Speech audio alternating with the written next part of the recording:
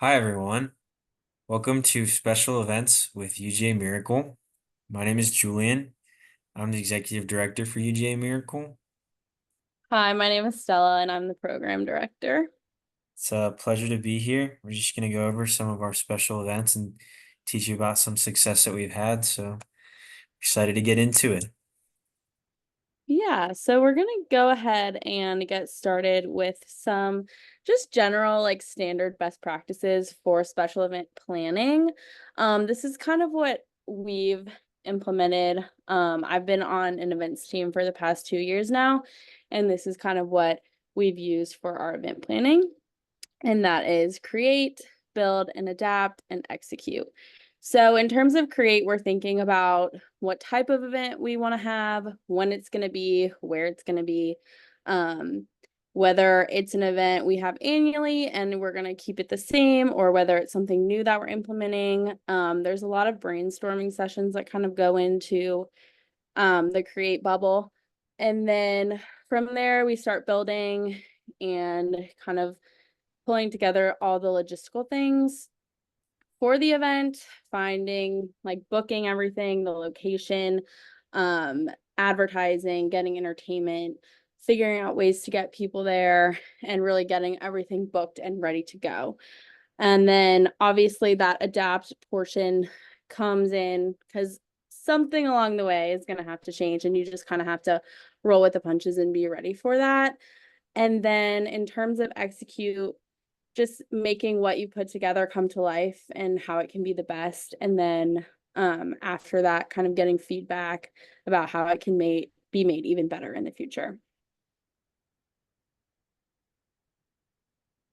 With that, I'm going to talk about an event that we host every year called the Back to School Bash. Right now I'm working on planning my second bash that I've done. So yes, go ahead and go. Sorry. Okay. So the Back to School Bash is one of our kickoff events. And kickoff events are super important in terms of pulling in a specific group of people who we want to be a part of our organization. And so I'm just wondering out of curiosity, how many of you have hosted a kickoff event with your organization? Okay, awesome. So ours is a little bit different. So we host it in August towards the beginning of the year with the main goal of growing our internal body and finding our committee members for that year. So for the create section of the back to school bash, like I said, our main goal is to build that internal body. And by doing that, we're providing information about our committees. So we have committees anywhere from a marketing, PR standpoint to hospital relations, family relations. I'm sure many of you do as well. So people are able to see what they want to be a part of and what they can be a part of within our organization.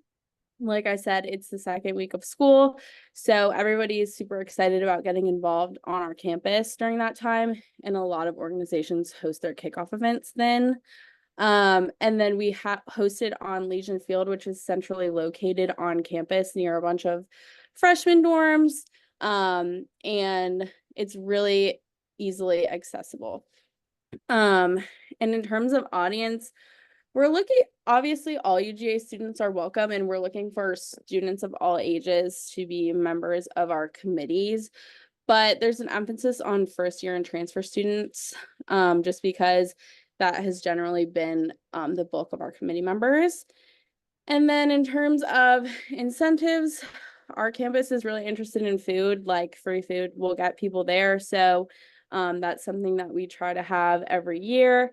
And then our campus recruitment team works really hard to table and advertise our event the week before.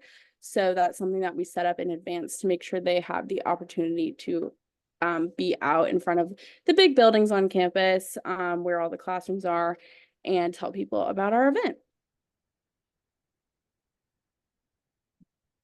So next, like I said, we kind of work on the logistical things, getting things booked.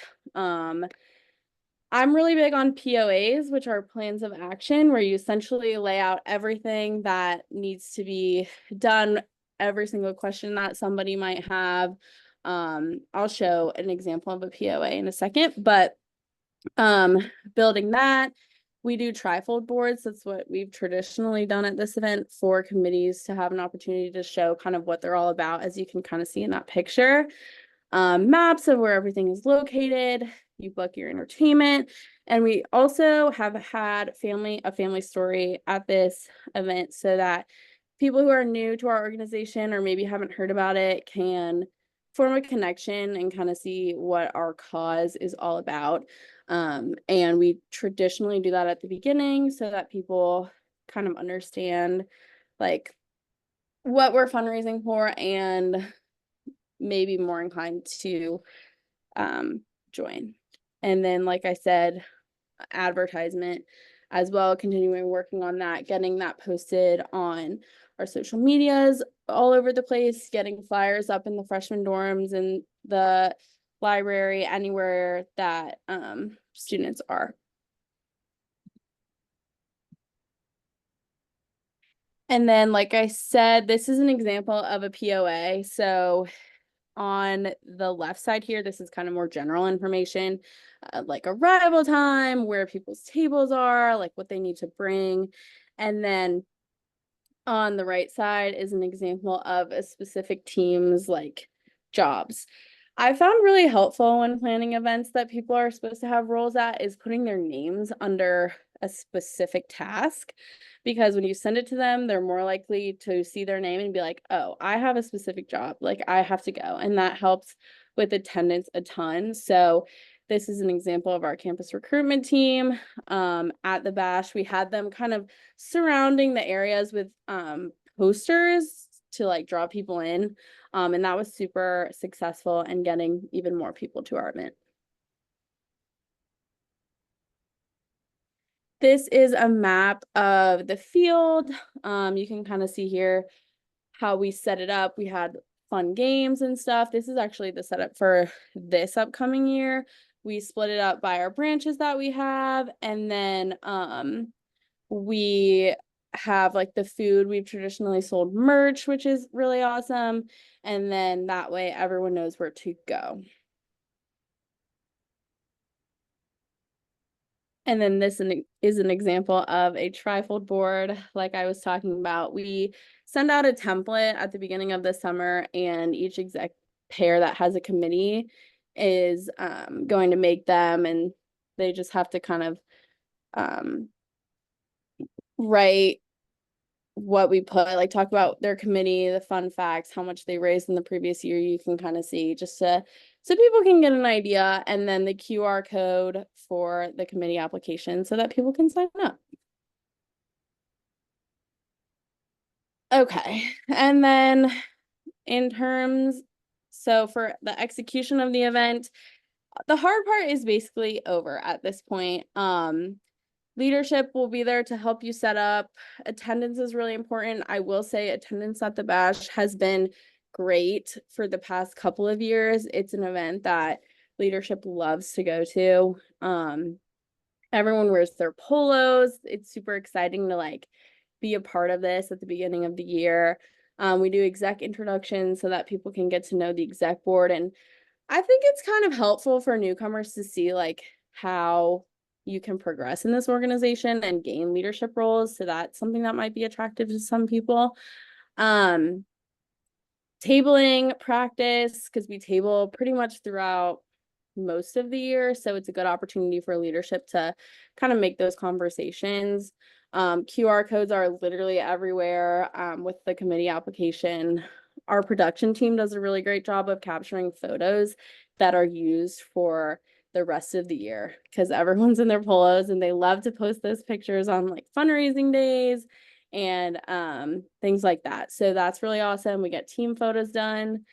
And then making connections with people that are coming and forming relationships, like even just if you like meet someone and remember their name, like they're gonna be super inclined to become a part of this organization. And then last year we did a cool thing with postcards where it had each committee like on the card, and the committees had like hole punchers. So they would like go around and talk to everybody and then hand in their like punched postcard to get food to make sure that they were like having conversations and visiting the stations. And then lastly, take it all in. It's like a crazy thing to do all this behind the scenes and then watch it come to life. So I just would recommend to take a second and kind of look around and know that what you're doing has a greater purpose. And then lastly, like going back to kind of why kickoff events are so important, this shows the impact. So in 2020, we had 658 committee applications after our kickoff event. And since then, that event, the bash, has been growing every single year. And this past year in 2023, we had just over 1,000 committee applications. So that kind of shows how the magnitude of that event can grow your organization. And we've had a 64% increase in the past 4 years, which is really awesome.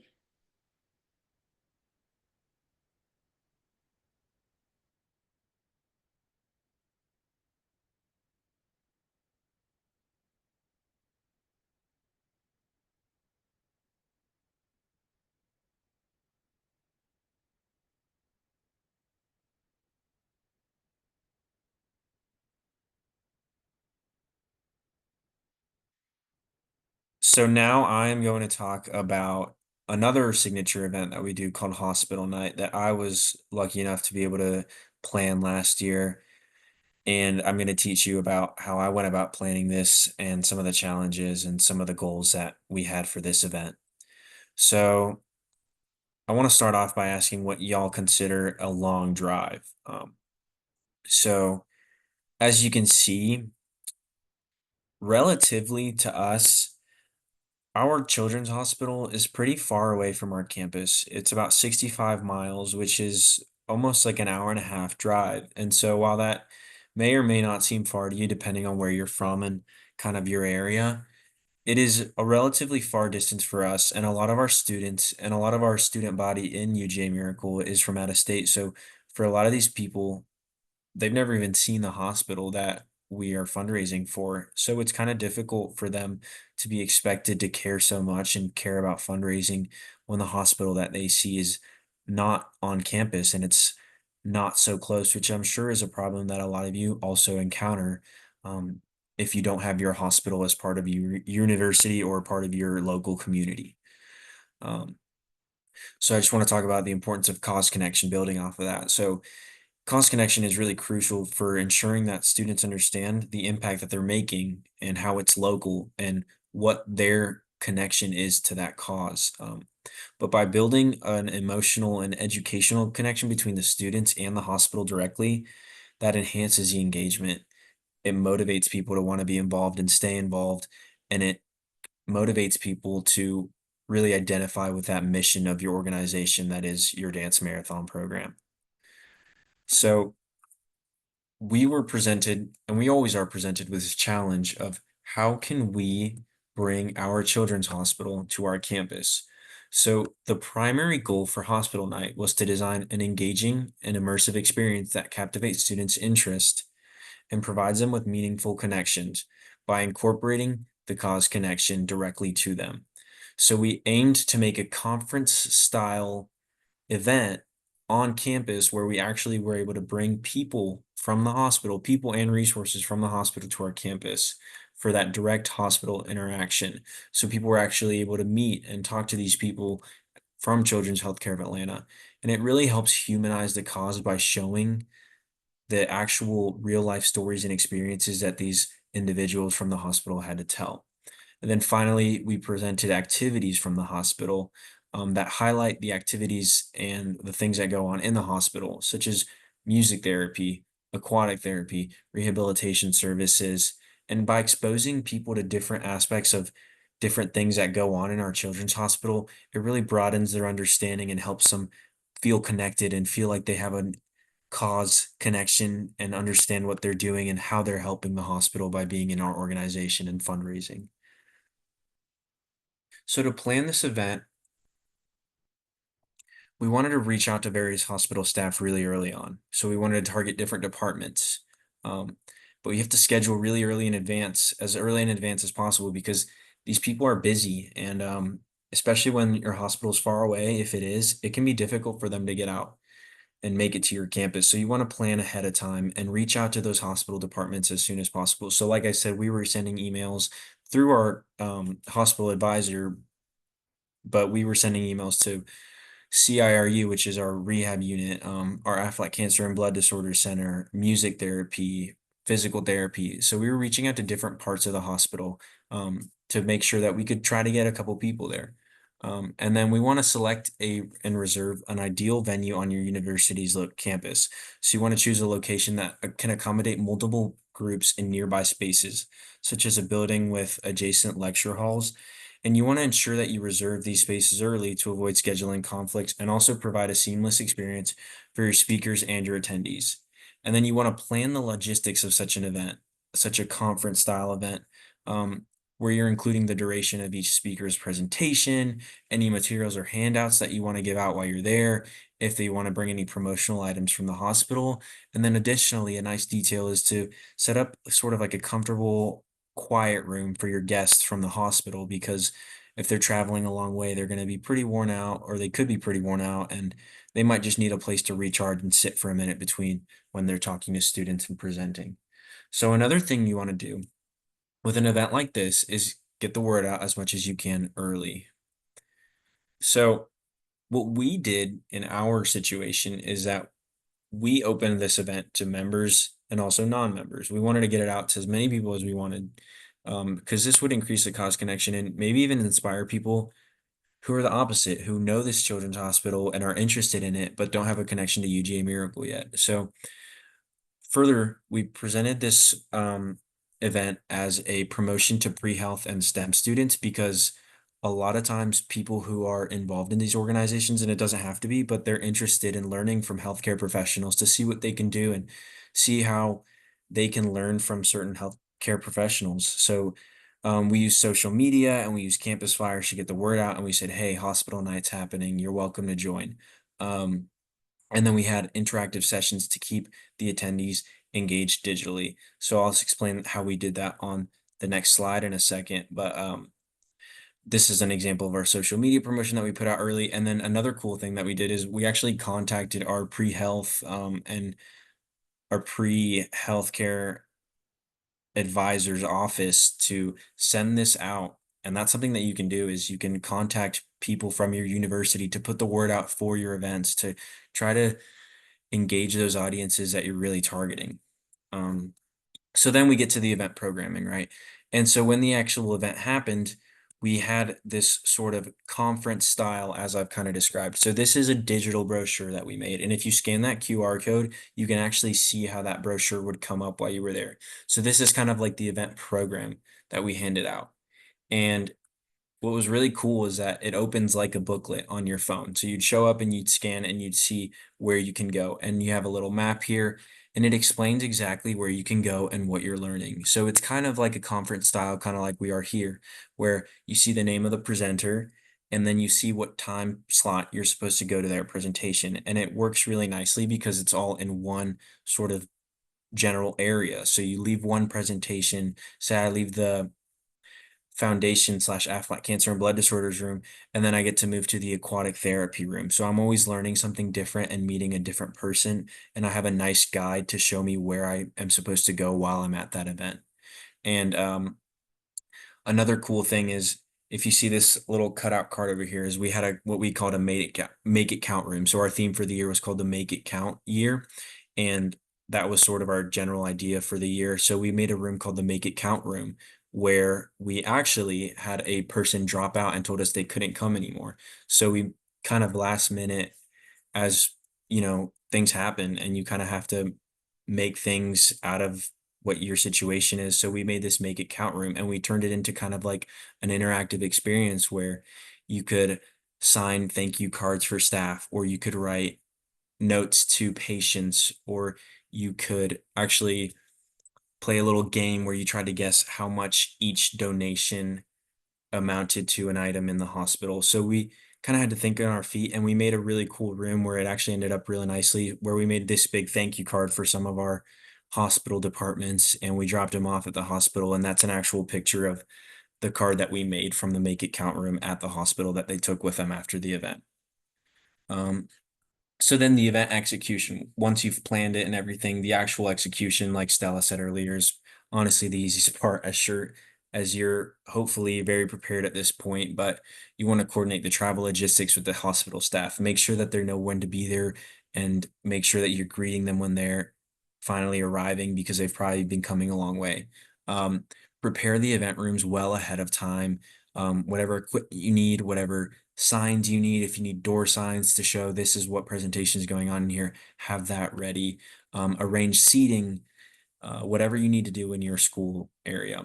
So, and then you should have a detailed schedule for the transitions and what room belongs to what speaker. You should have all that prepared so that when they show up, they're ready to go and they have their resources ready.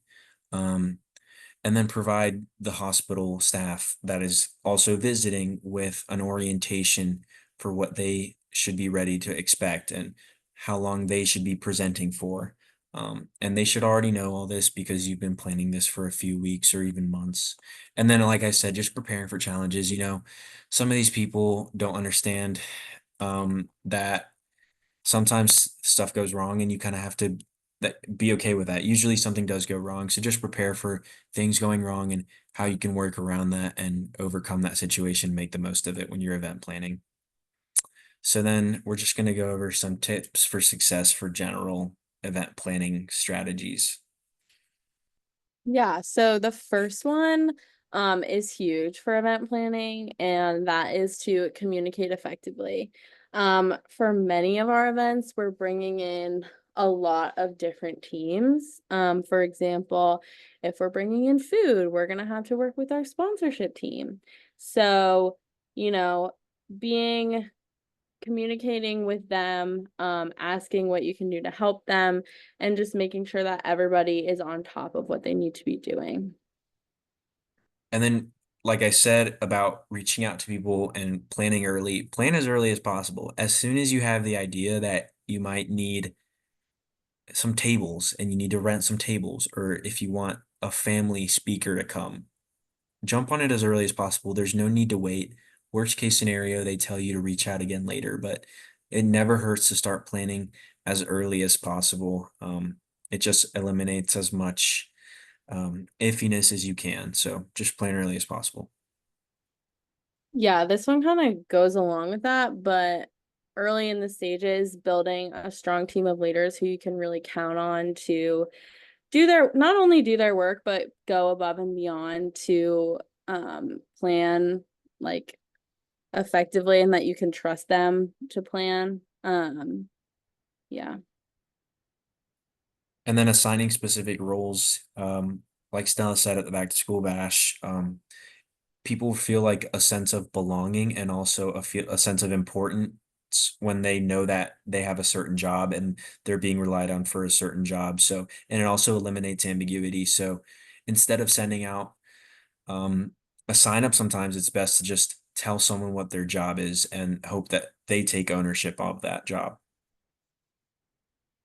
Yes. And then keeping the activities diverse um and engaging, and also providing incentives for people, mostly just to get people to your event. Once they're there, they'll be able to see the importance of the organization and all that we do for children's. But um, it's like we want to get them, not only get them there, but keep them there. So keeping the activities engaging for people and providing incentives so that they want to come back.